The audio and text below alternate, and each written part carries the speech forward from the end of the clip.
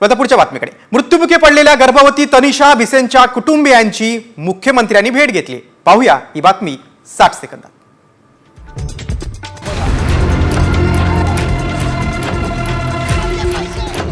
मुख्यमंत्री देवेंद्र फडणवीसांनी पुण्यात दीनानाथ मंगेशकर रुग्णालयात उपचाराअभावी मृत्युमुखी पडलेल्या गर्भवती तनिषा भिसेंच्या कुटुंबियांची भेट घेतली. यावेळी भिसे कुटुंबियांनी गर्भवतीच्या मृत्यू प्रकरणी दोषी असलेल्या दीनानाथ रुग्णालयातील डॉक्टरांवर कारवाई करा अशी मागणी केली. तर अशा घटना घडू नये यासाठी एसओपी तयार करण्याचे आश्वासन मुख्यमंत्र्यांनी दिले. पुढे अशी प्रकरणं होऊ नये म्हणून काय काळजी घेतली पाहिजे या दृष्टीनं आम्ही कारवाई करण्याचा प्रयत्न करतो आहोत.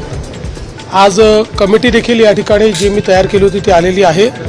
ती कमिटी सर्व प्रकारच्या ज्या काही गोष्टी आहेत त्याच्यामध्ये लक्ष घालणार आहे आणि एकीकडे या प्रकरणी तर जे काही दोषी आहेत त्यांना शिक्षा झाली पाहिजे, पण भविष्यात असे प्रकरण होऊ नये म्हणून आपल्या एसओपीज तयार झाल्या पाहिजेत. मात्र सरकारची फुकटात जमीन लागणाऱ्या मुजोर मंगेशकर हॉस्पिटलला नेमकं कोण पाठीशी घालतंय असा सवाल या निमित्तानं उपस्थित होतो.